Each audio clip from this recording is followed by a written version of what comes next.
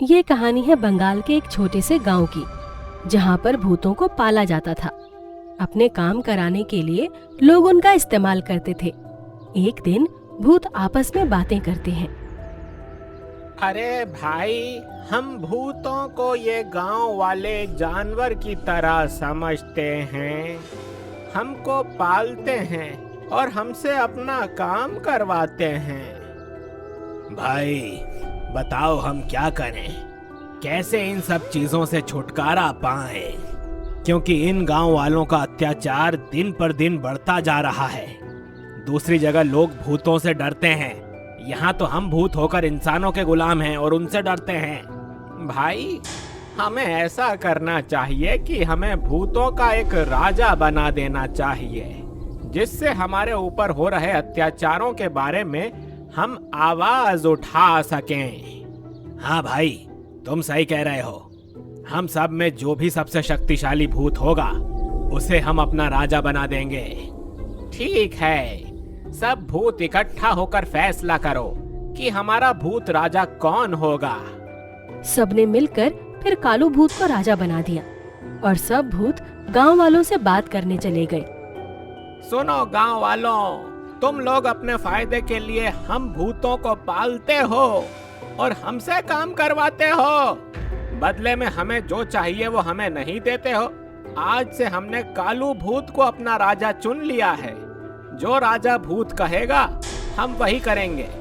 यही अब हमारी सारी शर्तें तुम्हारे बीच रखेगा। तभी वहाँ गांव का मुखिया आ जाता है।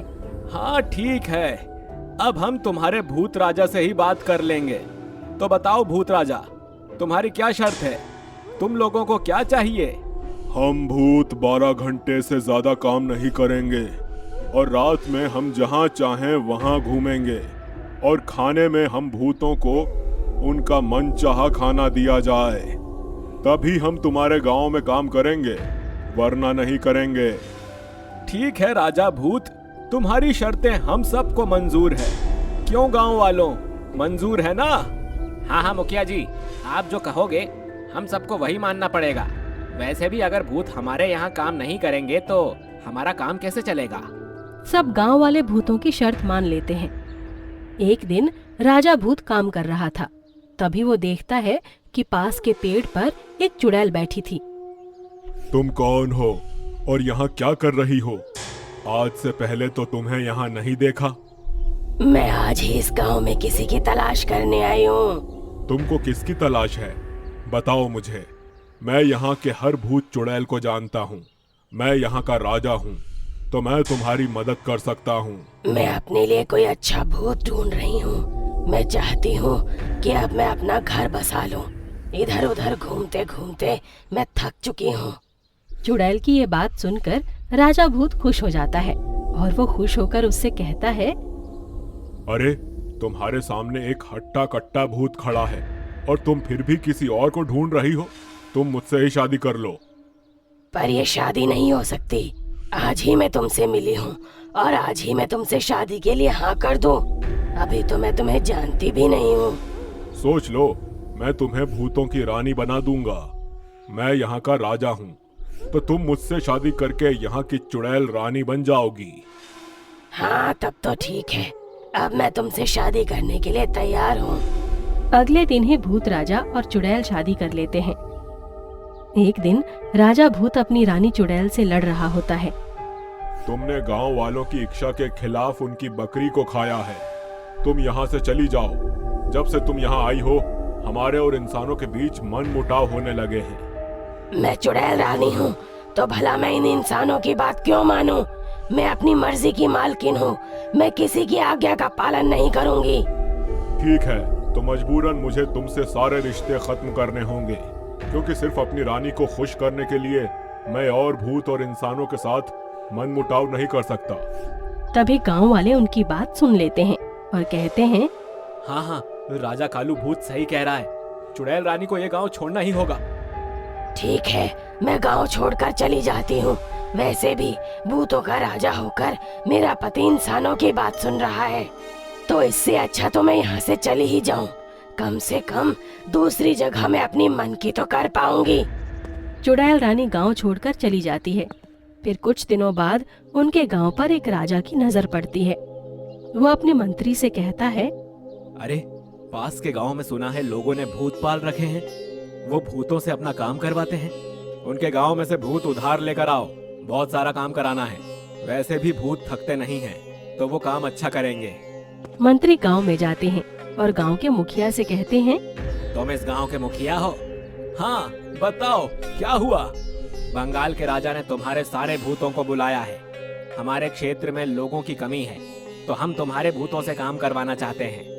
इन भूतों को हमने पाला है, तो वो हमारा काम करेंगे।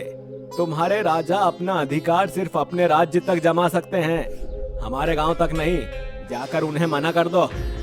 तुम्हें ऐसा बोलना भारी पड़ सकता है, इसका अंजाम सही नहीं होगा। जो इंसान भूतों के बीच रहते हो उन्हें अंजाम से डर नहीं लगता। अब जाओ यहाँ से, चलो। मंत्री ये सब सुनकर वापस चला जाता है और राजा को सब बताता है। फिर एक काम करो, सब गांव वालों को बंदी बना लो। अगर घी सीधी उंगली से नहीं निकल रहा तो उंगली टेढ़ी कर लो। राजा के सिपाही गांव वालों को बंदी बनाकर साथ ले जाने लगते हैं। तभी भूत उनके रास्ते में आ जाते हैं। तुम इन लोगों को छोड़ दो, वरना हमें तुम्हें अपनी शक्ति दिखानी होगी। हम भूतों से नहीं डरते। वैसे भी तुम इन इंसानों के गुलाम हो, तो तुम्हारे पास कोई शक्ति नहीं होगी। भूत सिपाही को उठाकर हवा में लटका देता है और उसे सीधा राजा के महल के बाहर फेंक देता है। बाकी के बचे हुए सिपाही डर कर भाग जाते हैं।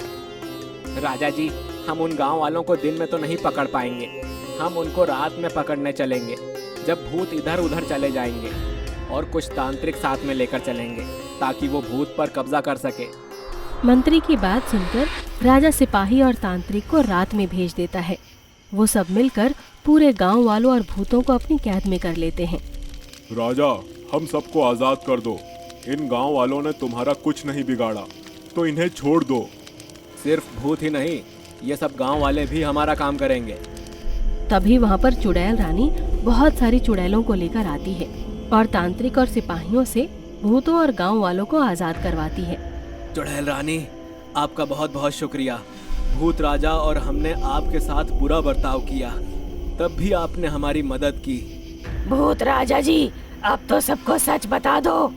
तभी भूत राजा और चुड़ैल रानी एक दूसरे को देखकर मुस्कुराते हुए कहते हैं, मैंने अपनी चुड़ैल रानी को हम सब की रक्षा के लिए ही भेजा था, क्योंकि मैंने पहले ही भांप लिया था कि पड़ोस वाले राज्य के कुछ सिपाही हमारे गांव के आसपास मंडरा रहे थे। इसीलिए चुड़ैल रानी और मैंने एक चाल चली थी। मुखिया भूत राजा की बात सुनकर बोला, अरे वाह, तुम तो बहुत अच्छे भूत राजा निकले। हमने तो सोचा था कि अब हम कैद हो जाएंगे, पर तुमने और तुम्हारी चुड़ैल रानी ने हम सबको बचा लिया। नहीं नहीं, आपने हमें पाला है। आप हमारे परिवार जैसे ही हो, तो हमें अपने परिवार की रक्षा तो करनी ही थी ना। फिर सब गांव में वापस आ जाते हैं और भूत राजा और चुड़ैल रानी पूरे गांव को अच्छे से संभालते हैं। उस गांव में इंसान, भूत और चुड़ैल सब मिलजुल कर प्रेम से रहते थे।